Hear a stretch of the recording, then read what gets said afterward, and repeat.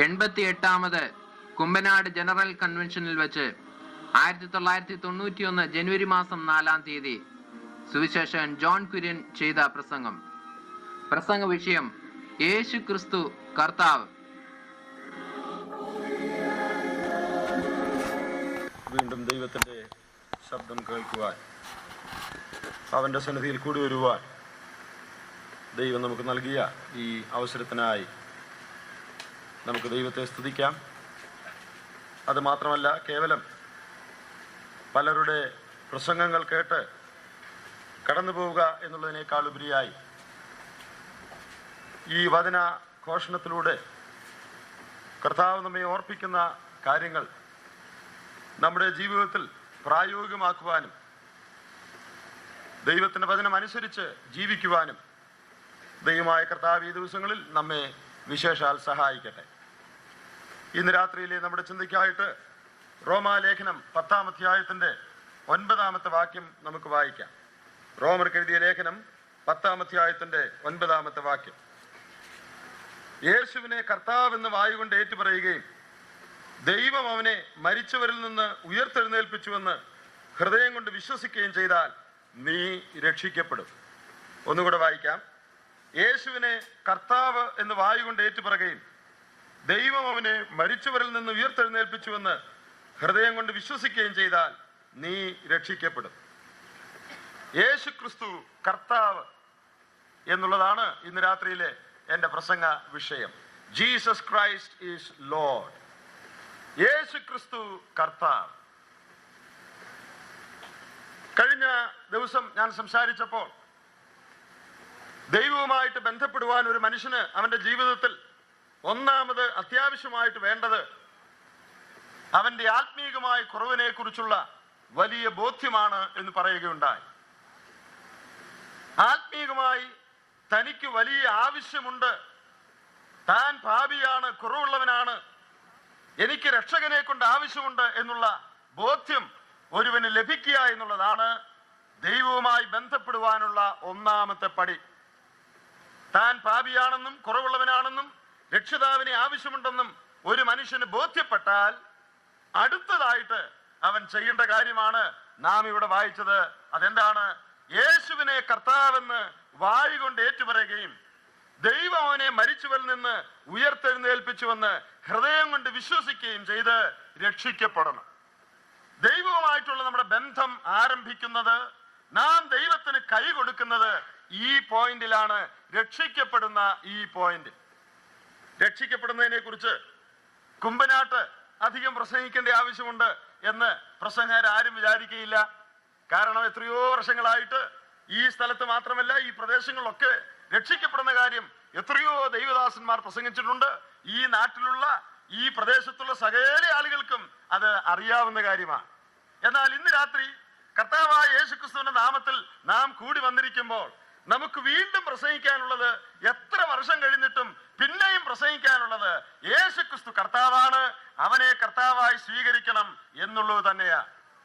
യേശുവിനെ കർത്താവായി സ്വീകരിക്കാൻ എന്താണ് ചെയ്യേണ്ടത്, രക്ഷിക്കപ്പെടുവാൻ എന്താണ് ചെയ്യേണ്ടത് എന്ന് ഇവിടെ പറഞ്ഞിട്ടുണ്ട്. രണ്ട് കാര്യങ്ങൾ ഇവിടെ നമുക്ക് ശ്രദ്ധിക്കാൻ കഴിയും. ഒന്ന്, ചില കാര്യങ്ങൾ വിശ്വസിക്കണം. മറ്റൊന്ന്, വായ് കൊണ്ട് ഏറ്റുപറയണം.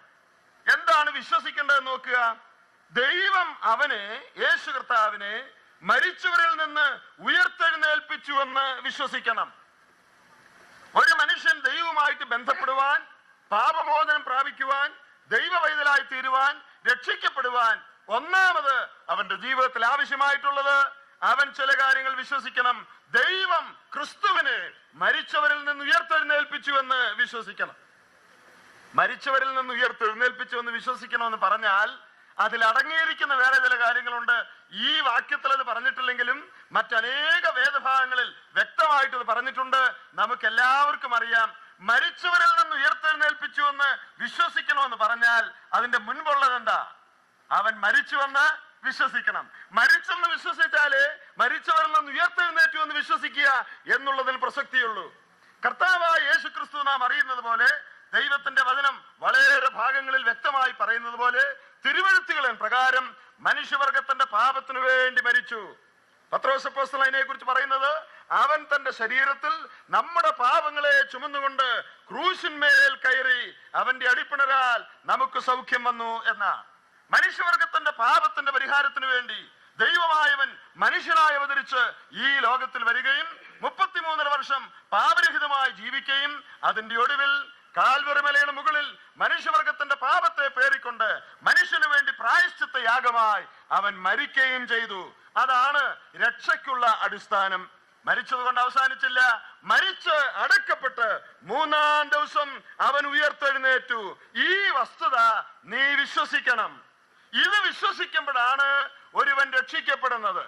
ഈ വസ്തുത വിശ്വസിക്കുക എന്ന് പറഞ്ഞാൽ കേവലം ചില ചരിത്ര സത്യങ്ങൾ അറിയുക എന്ന് മാത്രമല്ല, എന്റെ പാപങ്ങളുടെ മോചനത്തിന് വേണ്ടിയാണ് യേശു കർത്താവ് മരിച്ചതെന്നും അടക്കപ്പെട്ടതെന്നും ഉയർത്തെഴുന്നേറ്റതെന്നും ഞാൻ വിശ്വസിക്കുകയും അങ്ങനെ മരിച്ചുയർത്ത ആ കർത്താവ് എന്റെ കർത്താവാണെന്ന് ഞാൻ ഏറ്റുപറയുകയും ചെയ്യണം. അങ്ങനെ ചെയ്യുന്ന മാത്രയിൽ ഞാൻ രക്ഷിക്കപ്പെടുകയാണ്. ഇതാണ് ലളിതമായ സുവിശേഷം. ഈ സുവിശേഷത്തിനായി നാം ദൈവത്തെ വളരെ സ്തുതിക്കേണ്ടതായിട്ടുണ്ട്. യാതൊരു കോംപ്ലിക്കേഷനും യാതൊരു ബുദ്ധിമുട്ടും ഇതിനകത്തില്ല.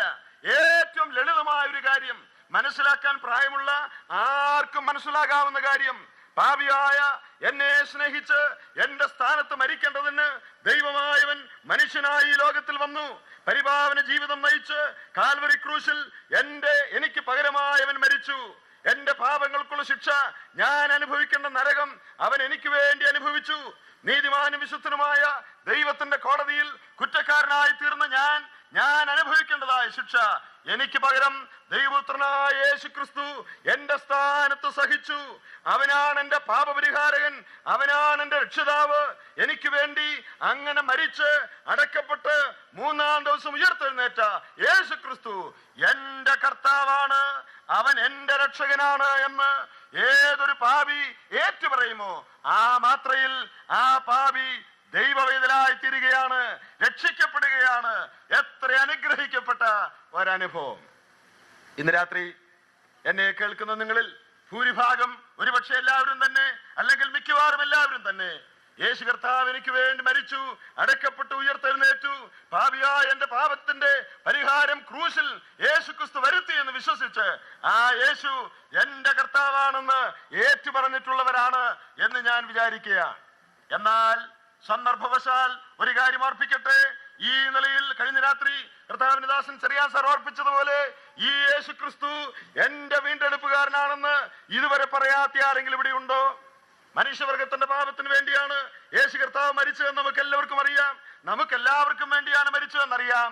എന്നാൽ പാപിയായ എന്റെ വീണ്ടെടുപ്പുകാരനാണവൻ, പാപിയായ എന്റെ ശിക്ഷയാണവൻ അനുഭവിച്ചത്, എനിക്ക് വേണ്ടിയാണ് കർത്താവ് ക്രൂശിൽ മരിച്ചത്, അവൻ എന്റെ രക്ഷകനാണ്, എന്റെ കർത്താവാണെന്ന് വ്യക്തിപരമായ നിലയിൽ ഏറ്റുപറയാത്ത ആരെങ്കിലും ഞങ്ങളുടെ വാക്കുകളെ കേൾക്കുന്നെങ്കിൽ ഈ രാത്രി രക്ഷിക്കപ്പെടുവാനുള്ള സന്ദേശം ദൈവം തന്നെ കേൾപ്പിക്കുകയാണ്. ഇത് എതിർച്ചയാ സംഭവിച്ചതല്ല. ദൈവത്തിന്റെ ആത്മാവ് നിന്നോട് വ്യക്തിപരമായി ഏർപ്പെടുവാൻ ഈ സമയം ഒരുക്കി വെച്ചിരുന്നതാണ്. ഇന്ന് രാത്രി വാക്കുകളെ കേൾക്കുവാൻ ഇടയാകുന്നത് ഒരു ഭാഗ്യമായിട്ട് നീ കരുതേണ്ടതാണ്. നിന്റെ പാപങ്ങളുടെ മോചനത്തിന്, അന്ധകാരത്തിൽ നിന്ന് അത്ഭുത പ്രകാശത്തിലേക്ക് നിനക്ക് വിടുതൽ ലഭിക്കേണ്ടതിന് സുവിശേഷ സന്ദേശം ഇന്ന് രാത്രി നീ കേൾക്കുമ്പോൾ അതിനോട് നീ അനുകൂലമായി പ്രതികരിക്കണം. എന്ത് പറയണം? കർത്താവായ യേശുവേ, ശരിയാണ്, ഞാനാണ് പാപി, ഞാനാണ് ശിക്ഷ അർഹിക്കുന്നവൻ. എന്റെ സ്ഥാനത്ത് അവിടുന്ന് എനിക്ക് വേണ്ടി മരിച്ചു, അടക്കപ്പെട്ടു, ഉയർത്തെഴുന്നേറ്റു. അവിടുന്ന് എന്റെ രക്ഷകനാണ്. എന്റെ പാപപരിഹാരത്തിനായി ഞാൻ അങ്ങയിൽ ആശ്രയിക്കുന്നു, ചാരുന്നു. എന്റെ പാപങ്ങളെ ക്ഷമിക്കണമേ. അവിടുന്ന് എന്റെ കർത്താവാണ്. ഈ വസ്തുത ഹൃദയത്തിൽ വിശ്വസിക്കുകയും അതിന്റെ പുറമേ ഉള്ള പ്രവൃത്തി എന്ന നിലയിൽ, അതിന്റെ എക്സ്റ്റേണൽ മാനിഫെസ്റ്റേഷൻ എന്ന നിലയിൽ വായ് കൊണ്ട് ഏറ്റുപറയുകയും ചെയ്യണം. അങ്ങനെയാണ് ഒരു പാപി രക്ഷിക്കപ്പെടുന്നത്. ഈ കാര്യം നമുക്ക് എല്ലാവർക്കും അറിയാവുന്നതാണെങ്കിലും ഒരുപക്ഷെ രക്ഷിക്കപ്പെടാത്ത ആരെങ്കിലും ഇവിടെ ഉണ്ടെങ്കിൽ ഈ വാക്കുകളെ കേൾക്കുന്നെങ്കിൽ അവരുടെ ചിന്തയ്ക്കായിട്ട് ഞാൻ ഇത്രയും കാര്യങ്ങൾ പ്രധാനമായി പറഞ്ഞു എന്നേ ഉള്ളൂ. എന്നാൽ ഈ വാക്യത്തിൽ നിന്ന് മറ്റു ചില കാര്യങ്ങൾ കൂടെ പറയണം എന്ന് ഞാൻ ആഗ്രഹിക്കുന്നു. നിങ്ങൾ തിരുവെഴുത്തുകളെ പരിശോധിച്ചാൽ, പ്രത്യേകിച്ച് പുതിയ നിയമം നാം വായിക്കുമ്പോൾ രക്ഷിക്കപ്പെടുന്ന കാര്യത്തെക്കുറിച്ച് അനേകം നിലകളിൽ പറഞ്ഞിട്ടുണ്ട്. ഒരേ ആശയം തന്നെ പല വാക്കുകളിൽ പല വാചകങ്ങളിൽ പറഞ്ഞിട്ടുണ്ട്. മാനസാന്തരം എന്നുള്ള ബന്ധത്തിൽ പറഞ്ഞിട്ടുണ്ട്, വീണ്ടും ജനിക്കുക എന്ന് പറഞ്ഞിട്ടുണ്ട്, രക്ഷിക്കപ്പെടുക എന്ന് പറഞ്ഞിട്ടുണ്ട്, പുതിയ സൃഷ്ടിയായി തീരുക എന്ന് പറഞ്ഞിട്ടുണ്ട്, ഇങ്ങനെ അന്ധകാരത്തിൽ നിന്ന് അത്ഭുത പ്രകാശത്തിലേക്ക് വരിക എന്ന് പറഞ്ഞിട്ടുണ്ട്, ശിക്ഷാവിധി നീങ്ങിപ്പോവുക എന്ന് പറഞ്ഞിട്ടുണ്ട്, നിത്യജീവൻ കിട്ടുക എന്ന് പറഞ്ഞിട്ടുണ്ട്. ഈ ഒരേ കാര്യം തന്നെ പല നിലകളിൽ പറഞ്ഞിട്ടുണ്ട്. എന്നാൽ നിങ്ങൾ നാം ശ്രദ്ധിക്കേണ്ട ഒരു കാര്യം, യേശുവിനെ രക്ഷിതാവായി സ്വീകരിക്കുക എന്നൊരു കാര്യം വേദപുസ്തകത്തിൽ എങ്ങും പറഞ്ഞിട്ടില്ല. ഞാൻ ആ പ്രസ്താവന ആവർത്തിക്കാം. യേശുവിനെ രക്ഷിതാവായി സ്വീകരിക്കണമെന്ന് ഈ വേദപുസ്തകത്തിൽ എങ്ങും പറഞ്ഞിട്ടില്ല. ആ കൂടെ കുഴപ്പമായോ? ഇത്രയും വർഷം എല്ലാം പ്രസംഗിച്ചു നടന്നത് എന്തുവാ? എല്ലാരും പ്രസംഗിച്ചെന്താ? യേശുവിനെ രക്ഷിതാവായി സ്വീകരിക്കണം. ഒരു കുഴപ്പമില്ല. യേശുവിനെ രക്ഷിതാവായി സ്വീകരിക്കണമെന്ന ആശയം വേദപുസ്തകത്തിലുണ്ട്. പക്ഷെ അത് പറഞ്ഞിരിക്കുന്ന ഭാഷ അതല്ല. എന്താ പറഞ്ഞിരിക്കുന്നത്? യേശുവിനെ കർത്താവായി സ്വീകരിക്കണം. യേശുവിനെ കർത്താവായി ഏറ്റുപറയുക, യേശു കർത്താവെന്ന് ഏറ്റുപറയുക. യേശുവിനെ രക്ഷിതാവായി സ്വീകരിക്കണമെന്നോ യേശുവിനെ രക്ഷിതാവായി ഏറ്റുപറയുക എന്നോ ഒരു പ്രയോഗം പുതിയ നിയമത്തിലില്ല. ഇത്രയും നാളും പ്രസംഗിച്ചൊക്കെ ശരിയാണ് കേട്ടോ, ആരും സംശയിക്കേണ്ട. കാര്യം അത് ശരിയാണ്. പക്ഷേ അത് തിരുവെഴുത്തിൽ പറഞ്ഞിരിക്കുന്ന വിധം വ്യത്യാസമാണ്. എങ്ങനെയാ പറഞ്ഞിരിക്കുന്നത്? യേശുവിനെ കർത്താവെന്ന് വായുകൊണ്ട് ഏറ്റുപറയുക. അപ്പോൾ യേശു ക്രിസ്തു രക്ഷിതാവല്ലേ? തീർച്ചയായിട്ടും രക്ഷിതാവാണ്.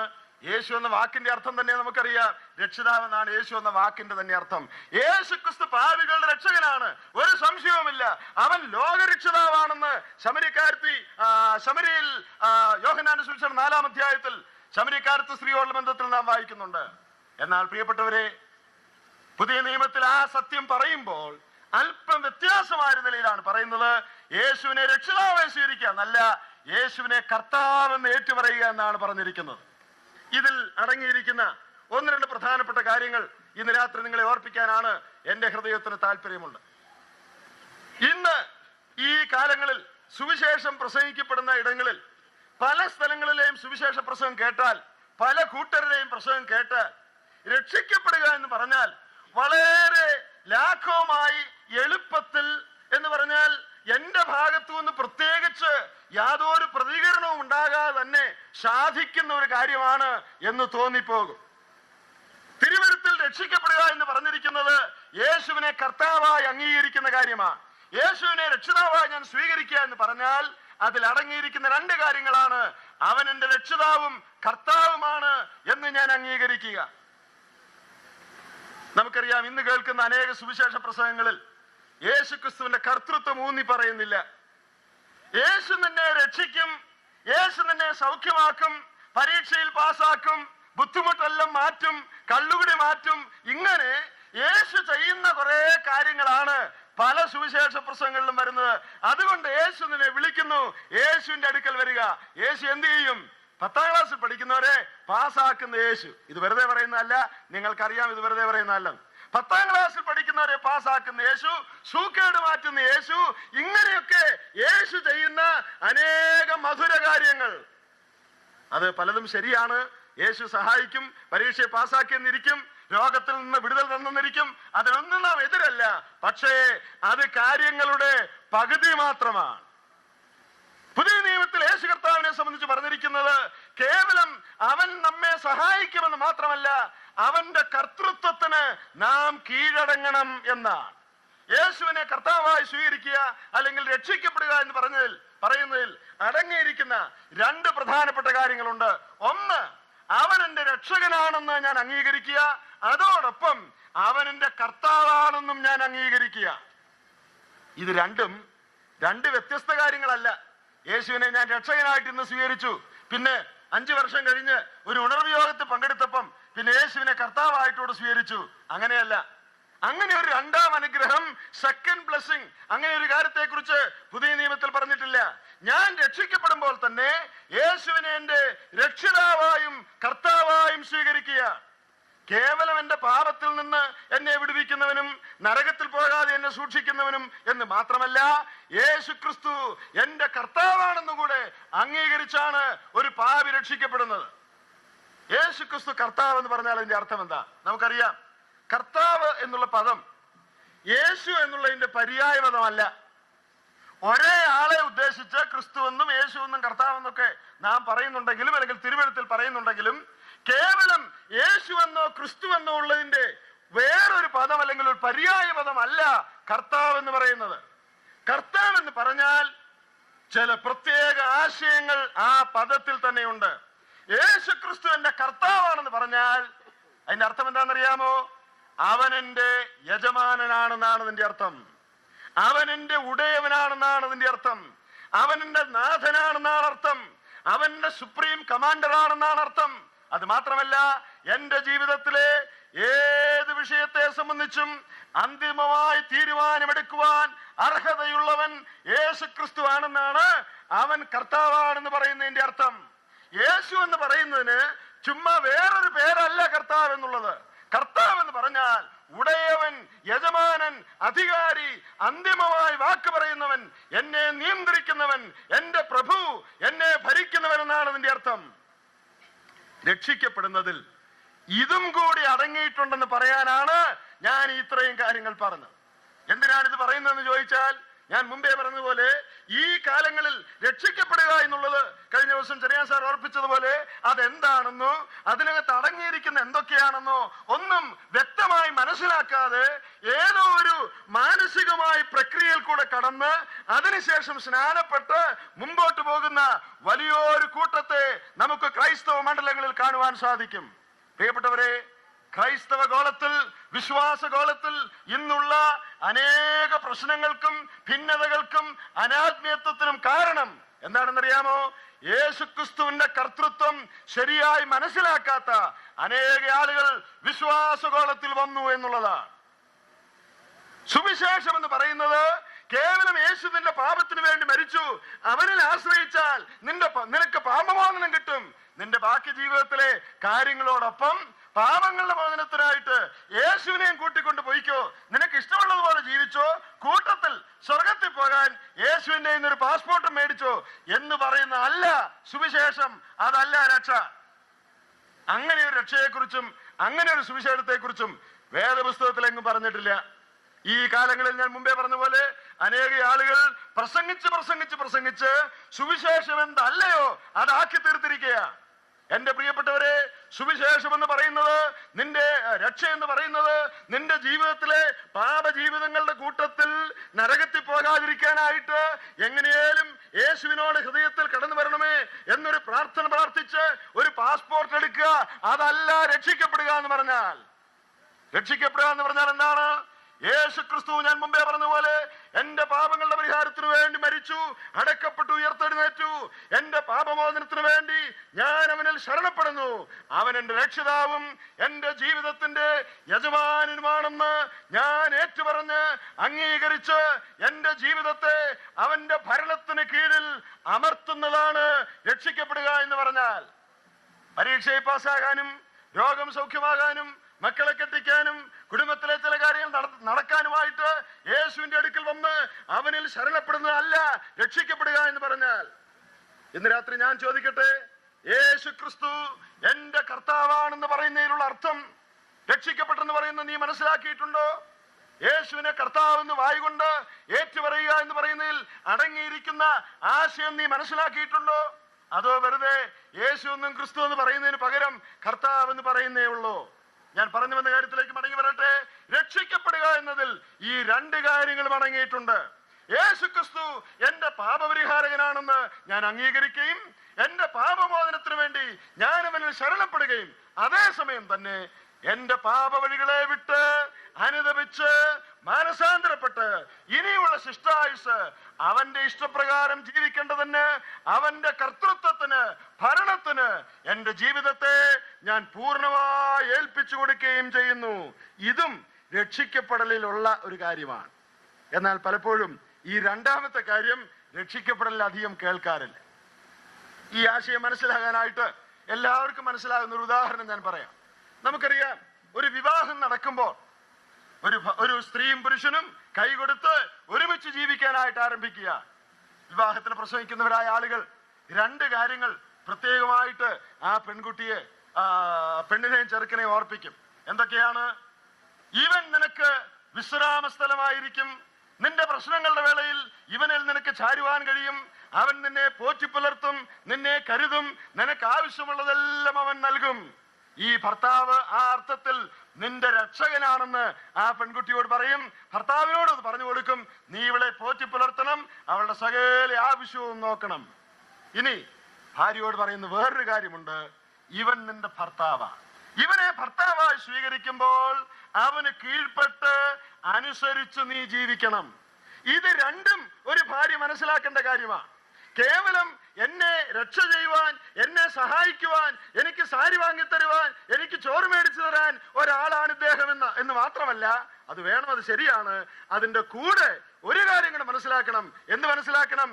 എന്നെ ഭരിക്കുകയും എന്നോട് ചിലപ്പോൾ അവിടെ ഇരിക്കാൻ പറയും, ചിലപ്പോൾ ഇനി മിണ്ടിപ്പോലെന്ന് പറയുകയൊക്കെ ചെയ്യാനുള്ള ആളും കൂടെയാണിതെന്ന് മനസ്സിലാക്കണം. ഇത് രണ്ട് കാര്യമല്ല, ഒരേ വിവാഹത്തിൽ അടങ്ങിയിരിക്കുന്ന രണ്ട് കാര്യങ്ങളാണ്. ഒരു വിവാഹം കഴിഞ്ഞു, കുടുംബമായിട്ട് അവർ ജീവിക്കുകയാണ്. അപ്പൊ ഉപദേശി പ്രസംഗിച്ച ആദ്യ ഭാഗം മാത്രമേ ഭാര്യയ്ക്ക് ഓർമ്മയുള്ളൂ എന്ന് വിചാരിക്കുക. എന്താ?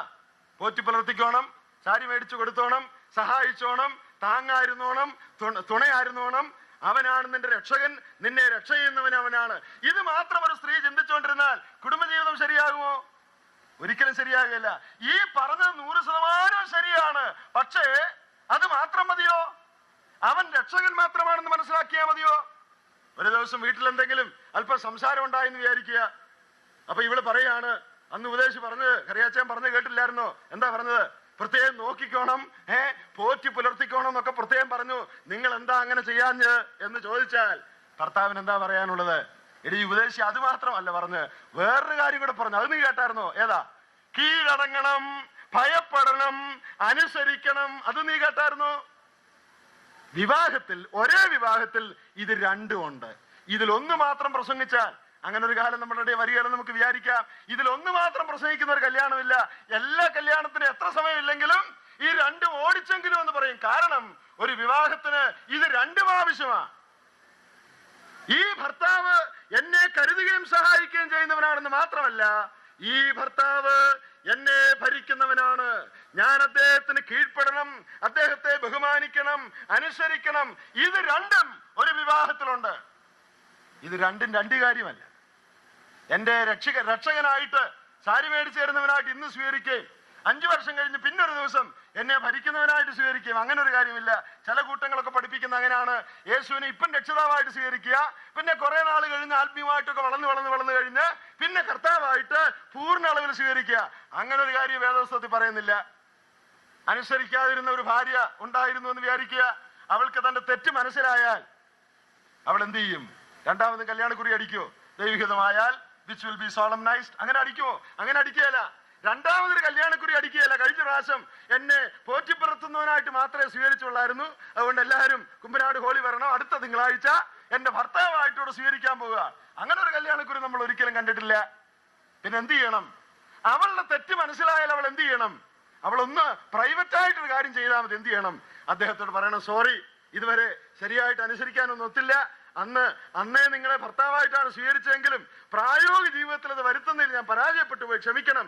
ഇനിയുള്ള കാലം അങ്ങേ അനുസരിച്ച് കീഴ്പ്പെട്ടോടെ ജീവിക്കാൻ ഞാൻ തീരുമാനിച്ചിരിക്കുകയാണെന്ന് പറഞ്ഞേച്ചാൽ മതി. അത് പ്രൈവറ്റ് ആയിട്ട് പറഞ്ഞാൽ മതി. അത് വേറെ ആരെയും അറിയിക്കേണ്ട കാര്യമല്ല. എന്തുകൊണ്ടാണ്? ഇത് രണ്ടും രണ്ട് കല്യാണമല്ല, ഒരു കല്യാണത്തിലെ രണ്ട് കാര്യങ്ങളാണ്. യേശുവിനെ രക്ഷിതാവും കർത്താവുമായി സ്വീകരിക്കുക എന്ന് പറയുന്നത് ഒരു കാര്യം തന്നെയാണ്. എന്നാൽ നമ്മുടെ പ്രായോഗിക ജീവിതത്തിൽ പലപ്പോഴും യേശുവിന്റെ കർത്തൃത്വത്തിന് കീഴടങ്ങാതെ, അവനെ അനുസരിക്കേണ്ടതുപോലെ അനുസരിക്കാതെ, മാനിക്കേണ്ടതുപോലെ മാനിക്കാതെ ജീവിച്ചു പോകുന്ന അവസ്ഥ നമുക്കുണ്ട്. അതിനെന്താ പരിഹാരം?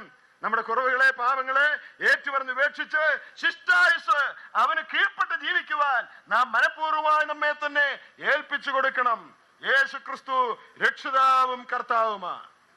എന്നാൽ ഇന്ന് രാത്രി ഏറ്റവും ഗൗരവമായിട്ട് എനിക്ക് ഓർപ്പിക്കാനുള്ളൊരു കാര്യം, യേശു ക്രിസ്തു രക്ഷിതാവാണെന്നുള്ള ഭാഗത്തിന് വളരെ ഊന്നൽ കൊടുക്കുകയും യേശു ക്രിസ്തുവിന്റെ കർത്തൃത്വത്തെ പ്രായോഗിക ജീവിതത്തിൽ അംഗീകരിക്കാതിരിക്കുകയും ചെയ്യുന്ന വലിയൊരു കൂട്ടം വിശ്വാസികളെ നമുക്ക് കാണുവാൻ കഴിയും.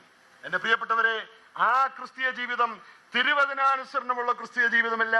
യേശുവിന്റെ രക്ഷകൻ മാത്രം എന്നെ ഭരിക്കുന്നവനല്ല എന്നൊരു വിശ്വാസിക്ക് ഒരിക്കലും പറയാനായിട്ട് സാധിക്കുകയില്ല. ഒരേ കാര്യത്തിന്റെ രണ്ട് വശങ്ങളാണെന്നാണ് ദൈവത്തിന്റെ വചനത്തിൽ നിന്ന് നാം മനസ്സിലാക്കുന്നത്.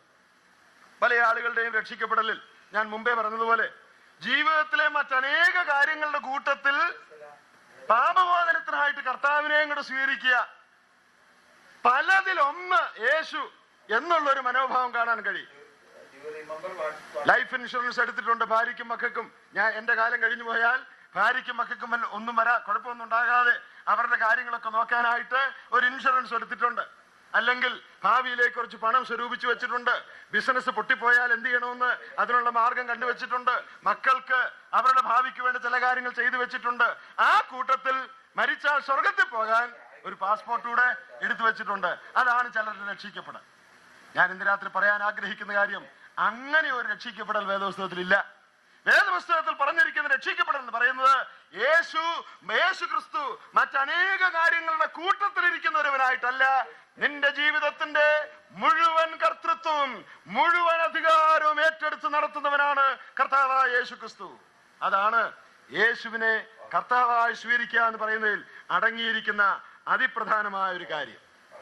നിങ്ങൾക്കറിയാം, പുതിയ നിയമം ആരംഭിക്കുന്നത് തന്നെ ദൈവത്തിങ്കിലേക്ക് മനം തിരിയണം എന്ന് പറഞ്ഞുകൊണ്ടാണ്. പുതിയ നിയമത്തിന്റെ ആദ്യത്തെ പേജുകളിൽ യോഹന്നാൻ സ്നാപകൻ മരുഭൂമിയിൽ പ്രസംഗിക്കുന്നത് സന്ദേശം എന്താണെന്ന് നമുക്കറിയാം, മാനസാന്തരപ്പെടുകയും. യോഹന്നാൻ സ്നാപകന്റെ ആ പ്രസംഗം കഴിഞ്ഞ് യേശു കർത്താവ് എന്താ പ്രസംഗിച്ചുകൊണ്ട് നടന്നത്? അവനും പ്രസംഗിച്ചത് തന്നെയാണ്, മാനസാന്തരപ്പെടുകയും. അത് കഴിഞ്ഞ് കർത്താവ് മരിച്ച് അടക്കപ്പെട്ട് ഉയർത്തെഴുന്നേറ്റ് സ്വർഗാരോഹണം ചെയ്തു കഴിഞ്ഞ് പെന്തക്കോസ്ത് നാളിൽ പത്രോസ് എഴുന്നേറ്റ് പ്രസംഗിച്ചു. എന്താ പ്രസംഗിച്ചത്? നിങ്ങൾ മാനസാന്തരപ്പെടണം. കുറച്ചു നാൾ കഴിഞ്ഞ് പൗലോസ് അപ്പോസ്തലൻ പ്രസംഗിച്ചു. പ്രവൃത്തികളുടെ പുസ്തകത്തിൽ നാം അത് വായിക്കുന്നുണ്ട്. ദൈവത്തിങ്കിലേക്കുള്ള മാനസാന്തരമാണ് പൗലോസ് പ്രസംഗിച്ചത്. ഞാൻ എന്തിനാ ഇപ്പൊ ഈ മാനസാന്തരത്തിന്റെ കാര്യം പറഞ്ഞെന്നറിയാമോ? മനസ്സിന് തന്നെ സമ്പൂർണമായ ഒരു തിരിവ്, ഒരു പരിവർത്തനം ഉണ്ടാവുക എന്നുള്ളത് രക്ഷിക്കപ്പെടുന്നതിലെ പ്രധാനപ്പെട്ട ഒരു കാര്യമാണ്. ഞാൻ ചെയ്തുകൊണ്ടിരിക്കുന്ന പാപങ്ങളൊക്കെ തുടർന്നുകൊണ്ടിരിക്കുകയും എന്റെ ജീവിതത്തിലുള്ള കുഴപ്പങ്ങളൊക്കെ തുടർന്നും ഉണ്ടായിക്കൊണ്ടിരിക്കുകയും അതിനെയൊന്നും വിട്ടുകളയാൻ എനിക്ക് കഴിയുകയില്ല, മനസ്സില്ല. അതിന്റെ കൂട്ടത്തിൽ യേശുവും കൂടി ഇരിക്കട്ടെ. അങ്ങനെ ഒരു രക്ഷിക്കപ്പെടൽ വേദപുസ്തകത്തിലില്ല. മാനസാന്തരമില്ലാത്ത രക്ഷിക്കപ്പെടൽ എന്ന് പറഞ്ഞൊരു കാര്യമില്ല. നിനക്കൊന്നാമത് എന്തുണ്ടാകണം? മാനസാന്തരം ഉണ്ടാകണം. മാനസാന്തരത്തിന്റെ അർത്ഥം നമുക്കറിയാം. ദൈവത്തെക്കുറിച്ചും പാപത്തെക്കുറിച്ചുമുള്ള വ്യക്തമായ ഒരു മനം തിരിവ് നിനക്കുണ്ടാകണം. പാപ വഴികളെ ഉപേക്ഷിക്കുന്ന ഒരു അനുഭവം, പാപങ്ങളിൽ നിന്ന് തിരിയുന്ന ഒരു അനുഭവം, യേശു കർത്താവിലേക്ക് തിരിയുന്ന ഒരു അനുഭവം. അങ്ങനെ വ്യക്തമായ ഹൃദയമാറ്റം, അനുതാപം, മാനസാന്തരം, ഇത് രക്ഷിക്കപ്പെടലിലെ ഏറ്റവും പ്രധാനപ്പെട്ട ഒരു കാര്യമാണ്. എന്റെ പാപങ്ങളിൽ ഞാൻ തുടരുന്നതോടൊപ്പം സ്വർഗത്തിൽ പോകാനായിട്ട് ഒന്ന് രക്ഷിക്കപ്പെട്ട് കളയാം. അങ്ങനെ ഒരു രക്ഷിക്കപ്പെടൽ വേദപുസ്തകത്തിലില്ല. യേശുവിനെ രക്ഷിതാവായി ഞാൻ സ്വീകരിക്കാൻ പറഞ്ഞാൽ യേശുവിനെ കർത്താവായിട്ട് സ്വീകരിക്കുകയും അവന്റെ കർത്തൃത്വം എന്റെ ജീവിതത്തിൽ അംഗീകരിക്കുകയും ചെയ്യുക എന്നാണ് അതിന്റെ അർത്ഥം. എന്റെ പ്രിയപ്പെട്ടവരെ, ഞാൻ ചോദിക്കട്ടെ, നിങ്ങൾ രക്ഷിക്കപ്പെട്ടിട്ടുണ്ടോ? യേശുവിനെ രക്ഷിതാവും കർത്താവുമായി നിങ്ങൾ അംഗീകരിച്ചിട്ടുണ്ടോ? കേവലം പാപങ്ങളുടെ മോചനത്തിന് വേണ്ടി അവനിൽ ശരണപ്പെടുക എന്നുള്ളത് മാത്രമല്ല, ആ നിമിഷം മുതൽ എന്റെ പാപജീവിതത്തോട് യാത്ര പറഞ്ഞ് അവന്റെ കർത്തൃത്വത്തിന് എന്നെ തന്നെ വിധേയപ്പെടുത്തി എന്റെ ജീവിതത്തെ അവന് കീഴ്പ്പെടുത്തി അവന്റെ യജമാനത്വത്തിന് കീഴിൽ എന്റെ ജീവിതത്തിലെ സകല കാര്യങ്ങളെയും മനഃപൂർവ്വമായി കൊണ്ടുവന്നുള്ള ജീവിതമാണ് ഒരു ക്രിസ്ത്യാനിയുടെ, വിശ്വാസിയുടെ ജീവിതം. അതാണ് രക്ഷിക്കപ്പെടുക എന്ന് പറഞ്ഞത്. നമുക്ക് ഒന്ന് രണ്ട് വാക്യങ്ങൾ തിരുവെഴുത്തിൽ ഈ ബന്ധത്തിൽ വായിച്ചു നോക്കാം. 1 പത്രോസ് 3-ാം അധ്യായത്തിന്റെ 14-ാമത്തെ വാക്യത്തിന്റെ ഒടുവിലത്തെ വാചകം ഇങ്ങനെയാണ്. 1 പത്രോസ് 3:14, എന്നാൽ ക്രിസ്തുവിനെ നിങ്ങളുടെ ഹൃദയങ്ങളിൽ കർത്താവായി വിശുദ്ധീകരിപ്പീൻ. Sanctify, honour, enthrone Jesus as the Lord of your heart. നിങ്ങളുടെ ഹൃദയങ്ങളിൽ യേശുവിനെ കർത്താവായി വാഴിപ്പീൻ. ക്രിസ്തീയ ജീവിതം അല്ലെങ്കിൽ രക്ഷിക്കപ്പെട്ട ജീവിതം എന്ന് പറയുന്നത് പാപപരിഹാരത്തിനു വേണ്ടി കർത്താവിൽ ശരണപ്പെടുക മാത്രമല്ല, അതോടൊപ്പം എന്റെ ജീവിതത്തിലെ ഒരു ടോട്ടൽ ട്രാൻസ്ഫർ ഓഫ് പവറാണ്. എന്റെ ജീവിതത്തിലെ അധികാരത്തെ പൂർണ്ണമായി ഞാൻ കൈമാറുകയാണ്. രക്ഷിക്കപ്പെടുന്നതിന് മുമ്പ് നമുക്കറിയാം, നമ്മുടെ ജീവിതത്തിന് സിംഹാസനത്തിൽ ഇരുന്നിരുന്നത് സ്വയവും പിശാചും ചേർന്നുള്ള ഒരു കൂട്ടുഭരണമാണ്. എന്റെ സ്വയവും പിശാചും ചേർന്നുള്ള ഒരു കൂട്ടുഭരണം, അതാണ് എന്റെ ജീവിത സിംഹാസനത്തിൽ ഇരുന്നിരുന്നത്. എന്നാൽ ഞാൻ രക്ഷിക്കപ്പെടുക എന്ന് പറഞ്ഞാൽ എന്താ? നിങ്ങളൊരു സ്വല്പം അങ്ങോട്ട് നീങ്ങിയിരുന്നേ, ഞാനിപ്പം രക്ഷിക്കപ്പെട്ടതുകൊണ്ട് കർത്താവിനെ കൂടി ആ സൈഡിൽ ഇരുത്തിയേക്കണമെന്ന് പറയുന്നതല്ല. നമ്മുടെ പലരുടെയും രക്ഷിക്കപ്പെടൽ അങ്ങനെയാണ്. എന്താ? പിശാചും സ്വയം ഒക്കെ സിംഹാസനത്തിലുണ്ട്, ഇപ്പം കർത്താവും കൂടെ വന്നിരിക്കാതുകൊണ്ട് നിങ്ങളൊരു സ്വല്പം അങ്ങോട്ട് നീങ്ങിയിരുന്നേ, കർത്താവിനോട് ഒരു അല്പം ഇട കൊടുത്തേക്കണം. അതല്ല രക്ഷിക്കപ്പെടുക എന്ന് പറഞ്ഞാൽ. പിന്നെ എന്താ? എന്റെ സ്വയത്തെയും പിശാചിനെയും എന്റെ ഹൃദയത്തിന്റെ സിംഹാസനത്തിൽ നിന്ന് മാറ്റിയിട്ട്, പത്രോസ് ലേഖനത്തിൽ നാം വായിച്ച പോലെ, യേശുവിനെ എന്റെ ഹൃദയത്തിൽ കർത്താവായി ഞാൻ വാഴിക്കുകയാണ്. Total transfer of power. എന്റെ ജീവിതത്തിൽ അധികാര കൈമാറ്റം.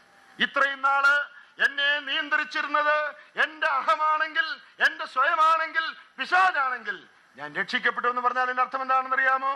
എന്റെ ജീവിത സിംഹാസനത്തിൽ നിന്ന് ഞാൻ എഴുന്നേറ്റിട്ട് കർത്താവിനോട് എന്റെ ജീവിതത്തിന്റെ സിംഹാസനത്തിൽ ഇരിക്കുവാൻ ഞാൻ ആവശ്യപ്പെടുകയാണ്. ഇന്ന് മുതൽ എന്റെ ജീവിതത്തെ ഭരിക്കുന്നത് ഞാനല്ല, ഇന്ന് മുതൽ എന്റെ ജീവിതത്തെ ഭരിക്കുന്നത് കർത്താവാണ്. എന്റെ ജീവിതത്തെ ഭരിക്കുന്നത് ഞാനല്ല, ഇന്ന് മുതൽ എന്റെ ജീവിതത്തെ ഭരിക്കുന്നത് കർത്താവാണ്. എന്റെ കൂടെ സിംഹാസനത്തിൽ കർത്താവിനെ കൂടി ഇരുത്തുകയല്ല, ഞാൻ എഴുന്നേറ്റ് മാറിയിട്ട് ആ ജീവിത സിംഹാസനം 100% കർത്താവിന് വിട്ടുകൊടുക്കുകയാണ്. എന്റെ പ്രിയപ്പെട്ടവരെ, അതാണ് യേശുവിനെ കർത്താവായി വാഴിക്കുക എന്ന് പറഞ്ഞാൽ അതിന്റെ അർത്ഥം. എന്റെ ജീവിതത്തെ ഞാൻ തന്നെ നിയന്ത്രിച്ചിരുന്നെങ്കിൽ, ഞാൻ രക്ഷിക്കപ്പെടുമ്പോൾ ആ എന്റെ ജീവിതത്തിന്റെ നിയന്ത്രണം കർത്താവിന്റെ കയ്യിലേക്ക് ഞാൻ ഏൽപ്പിച്ചു കൊടുക്കുക. എന്റെ ജീവിതത്തിന്റെ മാനേജ്മെന്റ് യേശു കർത്താവിന്റെ കയ്യിൽ ഞാൻ ട്രാൻസ്ഫർ ചെയ്യുകയാണ്. എന്റെ ജീവിതമാകുന്ന വണ്ടി, കപ്പലിന്റെ ചുക്കാൻ പിടിക്കുവാൻ കർത്താവിന് ഞാൻ അനുവദിക്കുക. എന്റെ ജീവിതമാകുന്ന കാറിന്റെ ഡ്രൈവർ സീറ്റിൽ നിന്ന് ഞാൻ എഴുന്നേറ്റിട്ട് ആ ജീവിതത്തിന്റെ നിയന്ത്രണം യേശു ക്രിസ്തുവിന് വിട്ടുകൊടുക്കുകയാണ്. ഇതാണ് വേദപുസ്തകത്തിൽ പറയുന്ന രക്ഷിക്കപ്പെടൽ. ഇതാണ് യേശുവിനെ രക്ഷിതാവും കർത്താവായി സ്വീകരിക്കുക എന്ന് പറഞ്ഞാൽ. എന്റെ ഹൃദയത്തിന്റെ കർത്താവായി, നാഥനായി ഞാൻ അവനെ വാഴിക്കുകയാണ്. പ്രിയപ്പെട്ടവരെ, നാം രക്ഷിക്കപ്പെട്ടവരാണെന്നാണ് നാം പറയുന്നത്. അത് ശരിയുമായിരിക്കാം. എന്നാൽ നമ്മുടെ ജീവിതത്തിൽ കർത്തൃത്വ സ്ഥാനം, യജമാന സ്ഥാനം, ഭരിക്കുന്ന സ്ഥാനം, നിയന്ത്രണം നടത്തുന്ന സ്ഥാനം യേശു കർത്താവിന് നിങ്ങളും ഞാനും വിട്ടുകൊടുത്തിട്ടുണ്ടോ? ഉപദേശപരമായി പറഞ്ഞാൽ നാം യേശുവിനെ രക്ഷിതാവും കർത്താവുമായി സ്വീകരിച്ചവരാണ്. അതിനെ ഞാൻ ചോദ്യം ചെയ്യുന്നില്ല. എന്നാൽ നമ്മുടെ അനുഭവവശത്ത്, പ്രായോഗിക ജീവിതത്തിൽ ഇന്ന് എന്റെ ജീവിതത്തെ നിയന്ത്രിക്കുന്നത് ആരാണ്? എന്റെ ജീവിതമാകുന്ന വണ്ടി ഇന്ന് ഓടിക്കുന്ന ആരാണ്? എന്റെ ജീവിതത്തിൽ ഇന്ന് അധികാരം നടത്തുന്നത് ആരാണ്? എന്റെ സ്വയം തന്നെയാണോ അതോ കർത്താവാണോ? ഇതാണ് ഇന്ന് രാത്രി നാം മറുപടി പറയേണ്ടതായ ഒരു ചോദ്യം. നമുക്കറിയാം, നമ്മുടെ ഇന്ത്യ മഹാരാജ്യം ബ്രിട്ടീഷുകാരുടെ ഭരണത്തിന് കീഴിലായി. എന്നാൽ ഒരു ദിവസം ഒരു ചടങ്ങിൽ വെച്ച്, ലളിതമായൊരു ചടങ്ങിൽ വെച്ച്, ബ്രിട്ടീഷ് രാജ്യത്തിന്റെ കയ്യിൽ നിന്ന് ഇന്ത്യയുടെ അധികാരം അവർ ഇന്ത്യക്കാർക്ക് കൈമാറി എന്ന് പറഞ്ഞാൽ എന്താണ് നമുക്ക് എല്ലാവർക്കും മനസ്സിലായി. ഒരു വിശദീകരണവും വ്യാഖ്യാനവും ഇതിന് ആവശ്യമില്ല.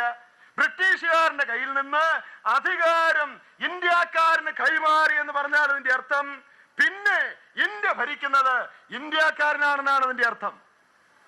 നമുക്ക് സ്വാതന്ത്ര്യം കിട്ടി, ഭരണം കൈമാറി, ഇപ്പോഴും ബ്രിട്ടീഷുകാരനാണ് കാര്യങ്ങൾ നിയന്ത്രിക്കുന്നതെങ്കിൽ ആ സ്വാതന്ത്ര്യത്തിന് യാതൊരു അർത്ഥവുമില്ല. പിന്നെ ആരാണ് നിയന്ത്രിക്കുന്നത്? പുതിയ ഭരണകർത്താവാണ്.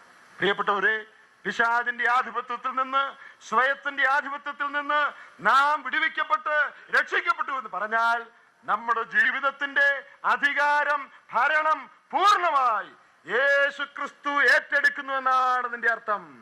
പിന്നെ എന്റെ സ്വയത്തിന് അവിടെ സ്ഥാനമില്ല. പിന്നെ ഞാൻ എന്റെ ജീവിതത്തെ നിയന്ത്രിക്കുന്ന പ്രശ്നം ഉദിക്കുന്നില്ല. എന്റെ ഇഷ്ടാനിഷ്ടങ്ങൾക്ക് അവിടെ സ്ഥാനമില്ല. അവനാണ് യജമാനൻ, അവനാണ് ഭരണം നടത്തുന്നവൻ, അവനാണ് കർത്താവ്. നമ്മുടെ ജീവിതത്തിന്റെ 100% ജീവിതത്തിന്റെയും 100% കർത്താവ് അവനായിരിക്കണം. അതാണ് ക്രിസ്തീയ ജീവിതം എന്ന് പറയുന്നത്. പ്രിയപ്പെട്ടവരെ, പ്രായോഗികമായി പറഞ്ഞാൽ എന്റെ ജീവിതത്തിൽ കർത്താവുമായിട്ട് ഡിസ്കസ് ചെയ്യാത്ത ഒരു കാര്യം പോലും ഉണ്ടായിരിക്കാൻ പാടില്ല. ഞാൻ ആ പ്രസ്താവന ഒന്നുകൂടെ ആവർത്തിക്കട്ടെ. കർത്താവിനോട് ആലോചന ചോദിക്കാത്ത, കർത്താവുമായിട്ട് ചർച്ച ചെയ്യാത്ത ഒരു കാര്യം പോലും എന്റെ ജീവിതത്തിൽ ഉണ്ടായിരിക്കാൻ പാടില്ല. എന്റെ ബിസിനസ്സുകാരും അങ്ങനെ കർത്താവുമായിട്ട് ചർച്ച ചെയ്യുന്നത്, സഭാകാര്യം കർത്താവുമായിട്ട് ചർച്ച ചെയ്തേക്കാം. അങ്ങനെ ഒരു ക്രിസ്തീയ ജീവിതമില്ല. എന്റെ ജീവിതത്തിലെ സകല കാര്യങ്ങളും കർത്താവുമായിട്ട് ആലോചന ചോദിച്ച് അവന്റെ ഇഷ്ടപ്രകാരം ചെയ്യുന്ന അനുഭവം. അവൻ ഏതിന്റെയൊക്കെ കർത്താവായിരിക്കണം? അവൻ സകലത്തിന്റെയും കർത്താവായിരിക്കണം.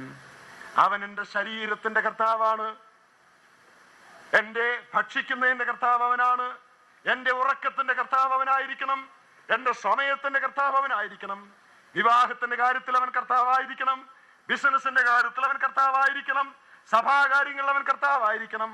ഭൂമി മേടിക്കുന്ന കാര്യത്തിൽ അവൻ കർത്താവായിരിക്കണം. മക്കളെ വളർത്തുന്ന കാര്യത്തിൽ അവൻ കർത്താവായിരിക്കണം. കുടുംബജീവിതത്തിൽ അവൻ കർത്താവായിരിക്കണം. എന്റെ കുഞ്ഞുങ്ങൾക്ക് വേണ്ടി തെരഞ്ഞെടുപ്പുകൾ നടത്തുന്നതിൽ അവൻ കർത്താവായിരിക്കണം. എന്റെ ഓരോ ചുവടും വെക്കുന്നതിൽ യേശുക്രിസ്തു കർത്താവായിരിക്കണം. അവനോട് ആലോചന ചോദിച്ച് അവനെ മാനിച്ച് അവന്റെ ഇഷ്ടപ്രകാരം മാത്രം എന്റെ ചുവടുകൾ വെക്കണം. അതിനായിട്ട് ഞാൻ എന്നെ തന്നെ യേശു കർത്താവിനെ ഏൽപ്പിച്ചു കൊടുക്കുകയാണ് വാസ്തവത്തിൽ രക്ഷിക്കപ്പെടുമ്പോൾ ചെയ്യുന്നത്. ഞാൻ രക്ഷിക്കപ്പെടുന്ന അവസരത്തിൽ ഒരുപക്ഷെ ഈ കാര്യങ്ങളെല്ലാം മനസ്സിലാക്കിയെന്ന് വരികയില്ല, കർത്തൃത്വത്തിന്റെ ആഴം മനസ്സിലാക്കിയെന്ന് വരികയില്ല.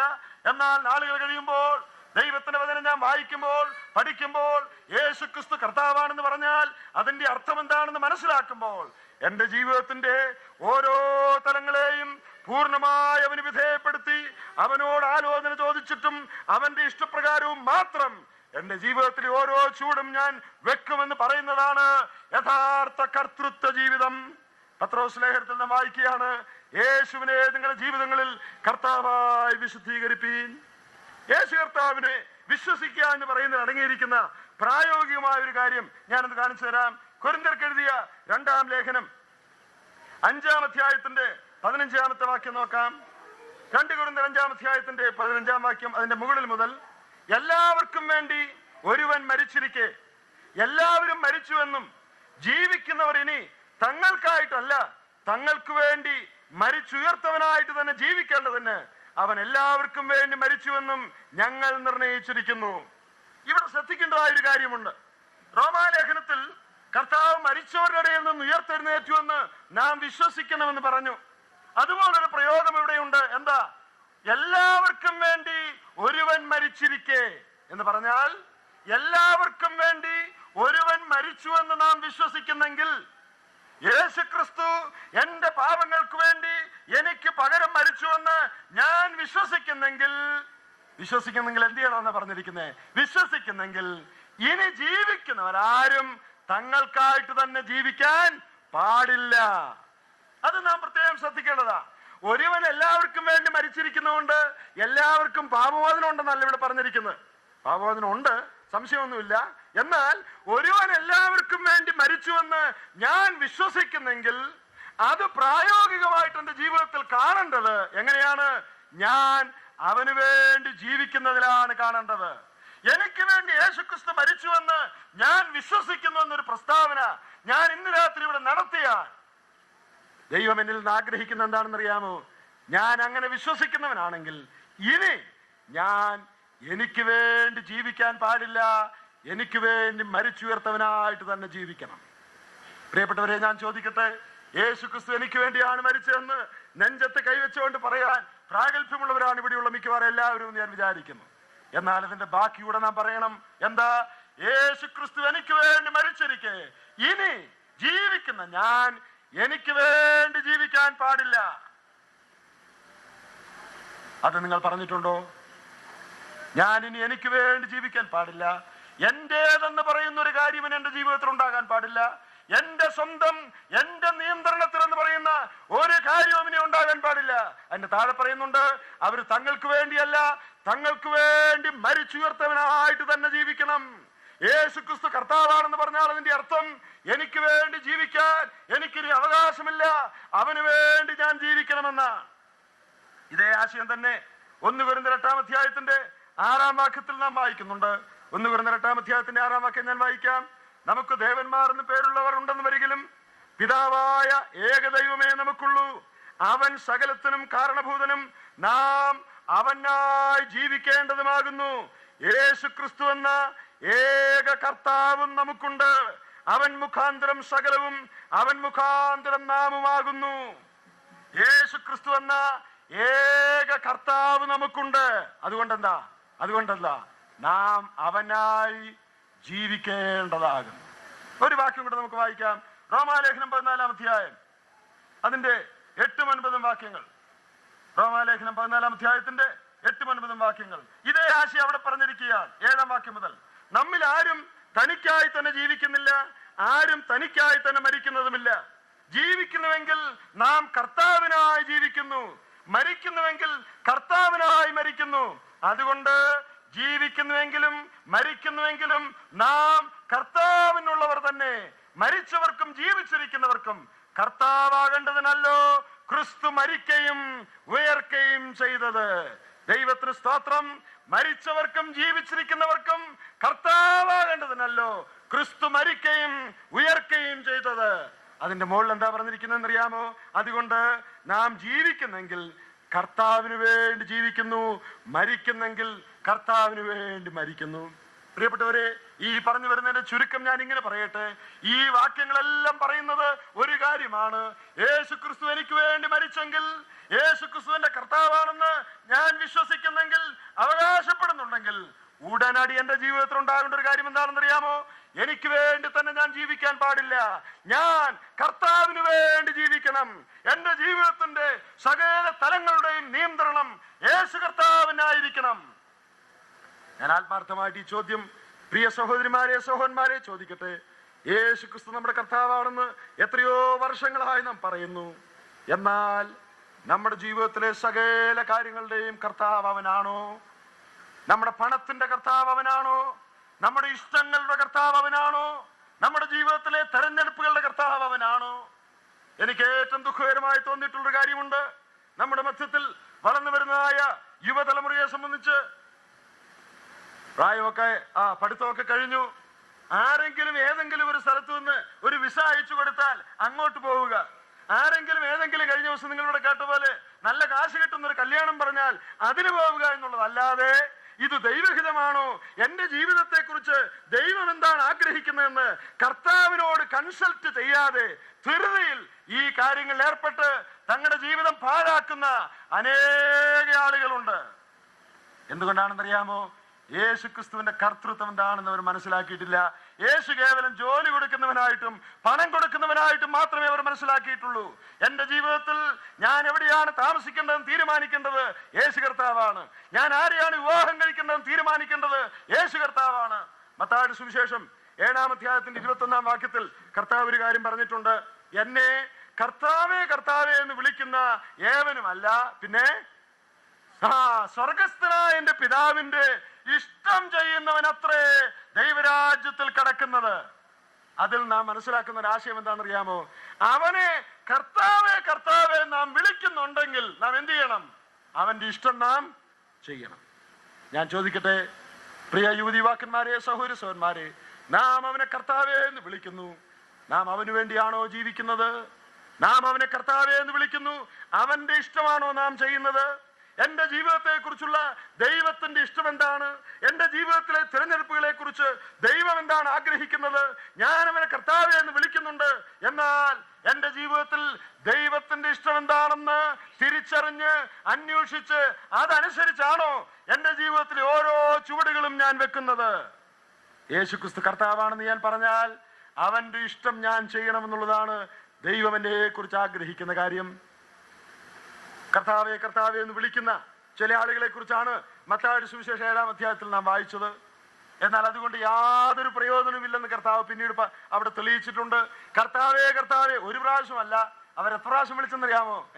ചുമ്മാ കർത്താവേ എന്ന് ഒരു വിളിയല്ല, കർത്താവേ കർത്താവേ എന്ന് പറഞ്ഞാൽ കുറച്ച് കാര്യമായിട്ടാ.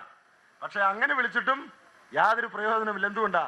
അവർ കർത്താവേ കർത്താവേ എന്ന് വിളിച്ചെങ്കിലും ദൈവത്തിന്റെ ഇഷ്ടം അവർ ചെയ്യുന്നവരായിരുന്നില്ല. ഇന്ന് രാത്രി പ്രിയപ്പെട്ടവരെ, നാം അവനെ കർത്താവേ എന്ന് വിളിക്കുന്നെങ്കിൽ നമ്മുടെ ജീവിതത്തിൽ അവന്റെ ഇഷ്ടം നിറവേറ്റുന്നവരായി നാം ഇരിക്കണം. നാം പുതിയ നിയമത്തിലെ സുവിശേഷങ്ങൾ വായിക്കുമ്പോൾ അല്ലെങ്കിൽ പ്രവൃത്തികളുടെ പുസ്തകം വായിക്കുമ്പോൾ യേശുവിനെ കർത്താവേ എന്ന് വിളിച്ചിരുന്ന പത്രോസ് തന്റെ ജീവിതത്തിൽ ചെയ്ത 1-2 കാര്യങ്ങൾ കാണാൻ കഴിയും. ആ ഭാഗങ്ങൾ അറിയാവുന്നതുകൊണ്ടും സമയം അതിനുവേണ്ടി മാറ്റിവെക്കാൻ ഇല്ലാത്തതുകൊണ്ടും ഞാൻ ആ ഭാഗങ്ങൾ വായിക്കാതെ കാര്യം പറയുകയാണ്. നിങ്ങൾക്കറിയാം, മത്തായിയുടെ സുവിശേഷം 16-ാം അധ്യായത്തിൽ നീ ജീവനുള്ള ദൈവത്തിന്റെ പുത്രനായ ക്രിസ്തുവാണെന്നൊക്കെ പറഞ്ഞു കഴിഞ്ഞ് നമ്മുടെ കർത്താവ് പറഞ്ഞു, യെരുശലേമിൽ പോയി അവൻ മരിക്കാൻ പോകുകയാണ്, അല്ലെങ്കിൽ അവന്റെ ക്രൂശ് മരണത്തെ കുറിച്ച് കർത്താവ് പറഞ്ഞപ്പോൾ പത്രോസ് എന്താ പറഞ്ഞതെന്ന് അറിയാമോ? അയ്യോ, നിനക്ക് അങ്ങനെ ഭവിക്കരുത് കർത്താവേ, പാടില്ല കർത്താവേ, നോ ലോർഡ്. കർത്താവേ എന്ന് വിളിക്കുന്നതിന്റെ കൂടെ എന്താ പറഞ്ഞേ? നോ എന്നാ പറഞ്ഞത്. ഈ രണ്ട് വാക്കുകൾ ഒരിക്കലും ഒരുമിച്ച് പോകുന്നതല്ല. പറഞ്ഞാൽ അതിനകത്ത് സകലവും അടങ്ങിയിരിക്കുക. ആ സന്ദർഭം നിങ്ങൾക്കറിയാം. മനുഷ്യവർഗത്തിന്റെ രക്ഷയ്ക്ക് വേണ്ടിയുള്ള ദൈവത്തിന്റെ കാര്യപരിപാടി യേശുക്രിസ്തു പറയുകയാണ്, ഞാൻ പോയി മരിക്കണം, ഞാൻ യാഗമായി തീരണം. ദൈവത്തിന്റെ ആലോചന പത്രോസിന് വെളിപ്പെടുത്തുകയാണ്. അപ്പൊ ആ ദൈവീക ആരാധനയോടെ പത്രോസ് പറയുന്നത് പാടില്ല എന്നാണ്. നമ്മുടെ ജീവിതത്തിൽ ഇങ്ങനെ സംഭവിക്കാറുണ്ട്. നാം അവനെ കർത്താവേ എന്ന് വിളിച്ചൊക്കെ കൂടെ നടക്കും. എന്നാൽ ദൈവികമായ ചില പ്ലാനുകൾ, പദ്ധതികൾ ദൈവം നമുക്ക് മനസ്സിലാക്കി തരുമ്പോൾ അത് അംഗീകരിക്കുവാൻ നമുക്ക് മനസ്സില്ല. നാം അതിനോട് നോ പറയും. പ്രവർത്തികളുടെ പുസ്തകം 10-ാം അധ്യായത്തിൽ പത്രോസ് ഈ പ്രയോഗം നടത്തുന്നത് വീണ്ടും നമുക്ക് കാണാം. നമുക്കറിയാം, ആ ദർശനത്തിൽ സകലവിധ ഇഴജാതികളെയും മറ്റും അറുത്തു തിന്നാനായിട്ട് ആകാശത്തിൽ നിന്ന് വന്ന ആ തുപ്പട്ടി കണ്ടപ്പോൾ പത്രോസ് എന്താ പറഞ്ഞേ? ഇത് എഴുന്നേറ്റ് അറുത്തു തിന്നുക എന്ന് കർത്താവ് പറഞ്ഞപ്പോൾ പത്രോസ് പറഞ്ഞു, ഓർക്കുന്നുണ്ടോ? പാടില്ല കർത്താവേ, നോ ലോർഡ്. കർത്താവേ എന്ന് വിളിച്ചിട്ട് പറയുന്നത് പാടില്ലെന്നാണ്. നമ്മുടെ പലരുടെയും ജീവിതത്തിൽ അങ്ങനെയാ. അവനെ കർത്താവേ എന്ന് വിളിക്കും, പക്ഷേ അവൻ പറയുന്ന കാര്യത്തിന് നാം അനുസരിക്കുകയില്ല. ഇവിടുത്തെ സന്ദർഭം പ്രവൃത്തികളുടെ പുസ്തകം 10-ാം അധ്യായത്തിൽ പത്രോസ് ഒരു കാര്യം ചെയ്യാനായിട്ട് കർത്താവ് ആവശ്യപ്പെടുക. മത്തായി 16-ൽ അവൻ പ്രത്യേകിച്ച് ഒരു കാര്യം ചെയ്യാൻ പറയുകയല്ല, ദൈവീകമായൊരു വെളിപ്പാട് നൽകുകയാണ്. ആ വെളിപ്പാടിന് അവൻ നോ പറയുകയാണ്. എന്നാൽ പ്രവൃത്തികളുടെ പുസ്തകം 10-ാം അധ്യായത്തിൽ പത്രോസ് തന്റെ ജീവിതത്തിൽ ആ നിമിഷത്തിൽ ഒരു കാര്യം ചെയ്യാൻ കർത്താവ് ആവശ്യപ്പെടുകയാണ്. എന്താണ്? എഴുന്നേറ്റ് നീ അറുത്തു തിന്നുക. അതിന് കർത്താവേ എന്ന് വിളിച്ചിട്ട് അവൻ പറയുന്നത് പാടില്ല എന്നാണ്. പ്രിയപ്പെട്ടവരെ, കഴിഞ്ഞ കാലങ്ങളിൽ ദൈവം നമുക്ക് മനസ്സിലാക്കി തന്നിട്ടുള്ള എത്രയോ അനുഗ്രഹീത സത്യങ്ങളോട് നാം നോ എന്ന് പറഞ്ഞിട്ടുണ്ട്. ഞാനും നിങ്ങളും നമ്മുടെ അനുദിന ജീവിതത്തിൽ ചെയ്യുവാൻ കർത്താവ് നമ്മോട് ആവശ്യപ്പെട്ടിട്ടുള്ള എത്രയോ കാര്യങ്ങൾക്ക് എഴുന്നേറ്റ് അറുത്തു തിന്നുക എന്ന് എത്രയോ വട്ടം കർത്താവ് നമ്മോട് പറഞ്ഞിട്ടുണ്ട്. നാം അവിടെയെല്ലാം അവനെ കർത്താവേ എന്ന് വിളിച്ചിട്ട് അവനോട് നോ പറയുകയാണ് ചെയ്യുന്നത്. എന്താ അതിന്റെ അർത്ഥം എന്നറിയാമോ? നാം അവനെ കർത്താവേ കർത്താവേ എന്ന് വിളിക്കുന്നെങ്കിലും അവന്റെ ഇഷ്ടം നമ്മുടെ ജീവിതത്തിൽ ചെയ്യാതിരിക്കുന്നു. എത്ര ദുഃഖകരമായ ഒരു കാര്യമാണ്. യേശുക്രിസ്തു എന്റെ കർത്താവാണെന്ന് ഞാൻ പറഞ്ഞാൽ അവന്റെ ഇഷ്ടത്തിന് എന്റെ ജീവിതത്തെ പൂർണ്ണമായി ഞാൻ കീഴ്പ്പെടുത്തുന്നു എന്നാണ് അതിന്റെ അർത്ഥം. യേശുക്രിസ്തു എന്റെ കർത്താവാണെന്ന് പറഞ്ഞാൽ അവൻ തരുന്ന വെളിപ്പാടുകൾക്ക്, ദർശനത്തിന് ഞാൻ അനുസരണം കാണിക്കുന്നു എന്നാണ് അതിന്റെ അർത്ഥം.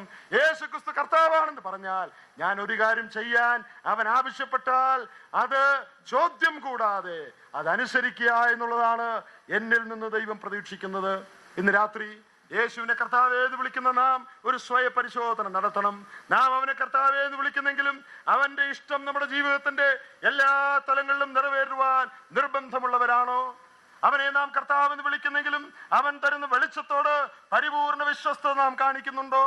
അവനെ നാം കർത്താവേ എന്ന് വിളിക്കുന്നെങ്കിലും അനുദിന ജീവിതത്തിൽ നാം ചെയ്യണമെന്ന് ഈ കർത്താവ് പറയുന്ന കാര്യങ്ങളെ ചെയ്യുവാൻ നമുക്ക് മനസ്സുണ്ടോ?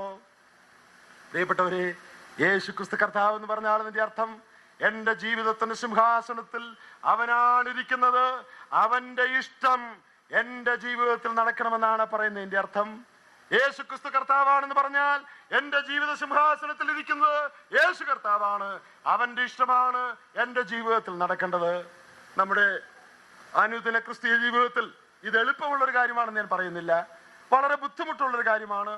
നമ്മുടെ ജീവിതത്തിൽ നമുക്ക് ഏറ്റവും പ്രയാസമുള്ളൊരു കാര്യമാണ് സ്വയത്തിന്റെ ഇഷ്ടം വേണ്ട എന്ന് വെച്ച് ദൈവത്തിന്റെ ഇഷ്ടം ഓരോ ദിവസവും ചെയ്യുക എന്നുള്ളത്.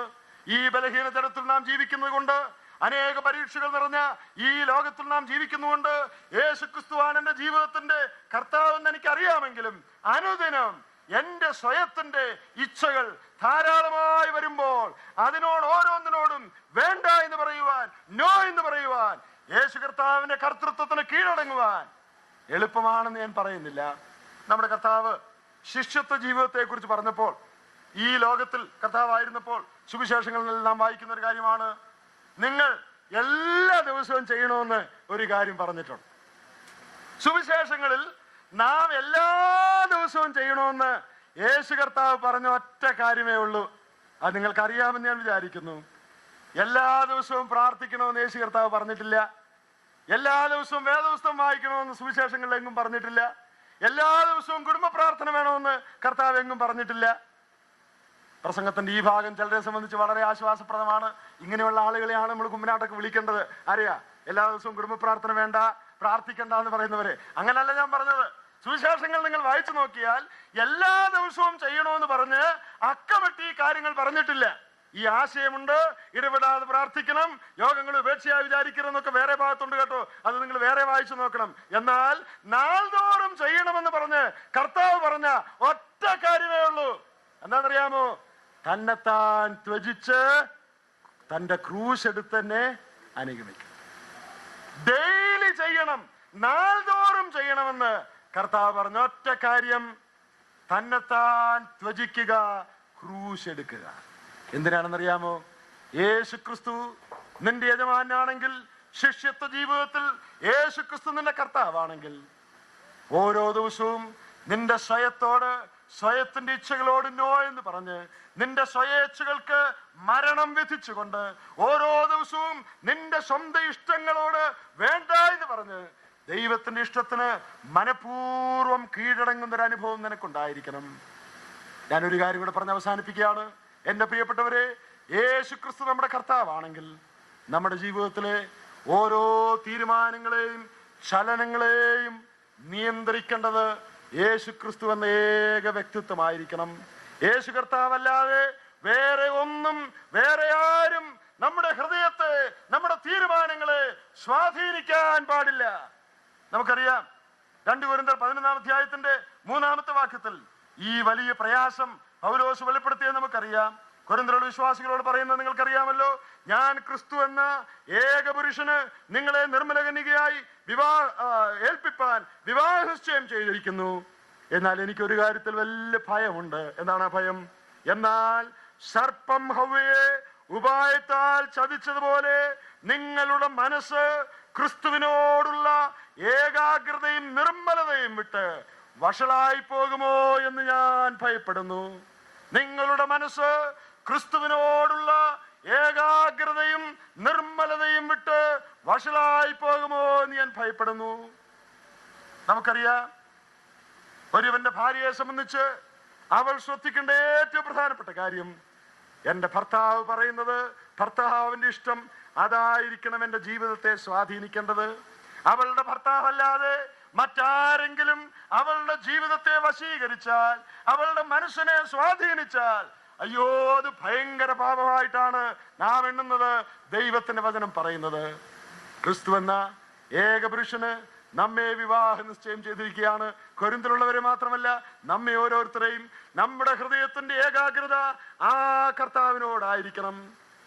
എന്റെ പ്രിയപ്പെട്ടവരെ, എന്റെയും നിങ്ങളുടെയും ജീവിതത്തെ, നമ്മുടെ മനസ്സുകളെ ഈ ലോകത്തിലെ യാതൊരു വ്യക്തിയും യാതൊരു ശക്തിയും സ്വാധീനിക്കുവാൻ നാം ഒരു കാലത്തും അനുവദിക്കാൻ പാടില്ല. എന്റെ തീരുമാനങ്ങളെ സ്വാധീനിക്കുന്നത് പണമായിരിക്കാൻ പാടില്ല. എന്റെ തീരുമാനങ്ങളെ സ്വാധീനിക്കുന്നത് മറ്റുള്ളവരുടെ അഭിപ്രായമായിരിക്കാൻ പാടില്ല. എന്റെ തീരുമാനങ്ങളെ സ്വാധീനിക്കുന്നത് യേശു ക്രിസ്തുവിന്റെ കർത്തൃത്വമായിരിക്കണം. യേശു ക്രിസ്തു അല്ലാതെ നമ്മുടെ തീരുമാനങ്ങളെ സ്വാധീനിക്കുന്നത് എന്തും നാം ഈ പറഞ്ഞ വിഭാഗത്തിൽപ്പെടുന്നതാണ്. ഇന്ന് രാത്രി എന്റെ വാക്കുകൾ ഞാൻ അവസാനിപ്പിക്കട്ടെ. യേശു ക്രിസ്തു കർത്താവ്, ആ പറയുന്നതിന്റെ അർത്ഥം നാം മനസ്സിലാക്കിയിട്ടുണ്ടോ? അവൻ കേവലം എന്റെ പാപപരിഹാരകൻ മാത്രമല്ല, എന്റെ ജീവിതത്തിന്റെ യജമാനവനാണ്. യേശുവിനെ രക്ഷിതാവായി സ്വീകരിക്കുക എന്ന് പറഞ്ഞാൽ അതിലടങ്ങിയിരിക്കുന്ന അതിപ്രധാനമായ ഒരു കാര്യമാണ് യേശുവിനെ കർത്താവായ എന്റെ ജീവിതത്തിൽ വാഴിക്കുക എന്ന് പറയുന്നത്. പ്രായോഗികമായി പറഞ്ഞാൽ എന്റെ ജീവിതത്തിന്റെ സകല തലങ്ങളെയും പരിപൂർണമായ അവന്റെ നിയന്ത്രണത്തിന് ഏൽപ്പിച്ച്, സകല നാമത്തിനും മേലായ നാമം ധരിച്ചിരിക്കുന്ന അവന്റെ കർത്തൃത്വത്തിന് എന്റെ ജീവിതത്തിലെ സകല കാര്യങ്ങളെയും ഏൽപ്പിച്ച് അവനോട് ആലോചന ചോദിച്ച് ഓരോ ദിവസവും അവന്റെ ഇഷ്ടപ്രകാരം മാത്രം എന്റെ ഓരോ ചുവടുകളെയും വെക്കുക. ഇതാണ് ക്രിസ്തീയ ജീവിതം. ഇതാണ് യേശു ക്രിസ്തുവിന്റെ കർത്തൃത്വം എന്ന് പറയുന്നത്. വരുന്ന ദിവസങ്ങളിൽ നമ്മുടെ ക്രിസ്തീയ ജീവിതത്തിൽ ഈ വലിയ ഉന്നതമായ നാമത്തിന്റെ മുമ്പിൽ നമ്മുടെ തലകളെ വണക്കി നമ്മെ തന്നെ അവനെ കീഴ്പ്പെടുത്തി അവന്റെ ഇഷ്ടപ്രകാരം നമ്മുടെ ജീവിതത്തിൽ ഓരോ കാര്യങ്ങളെയും ചെയ്തുകൊണ്ട് ജീവിപ്പാൻ, യേശു ക്രിസ്തുവിന്റെ കർത്തൃത്വം നമ്മുടെ ജീവിതത്തിൽ മാനിച്ചുകൊണ്ട് ജീവിപ്പാൻ ദൈവമായ കർത്താവ് നമ്മെ ഏവരെയും സഹായിക്കട്ടെ. അവൻ്റെ വിലയേറിയ നാമം വാഴ്ത്തപ്പെടുമാറാകട്ടെ.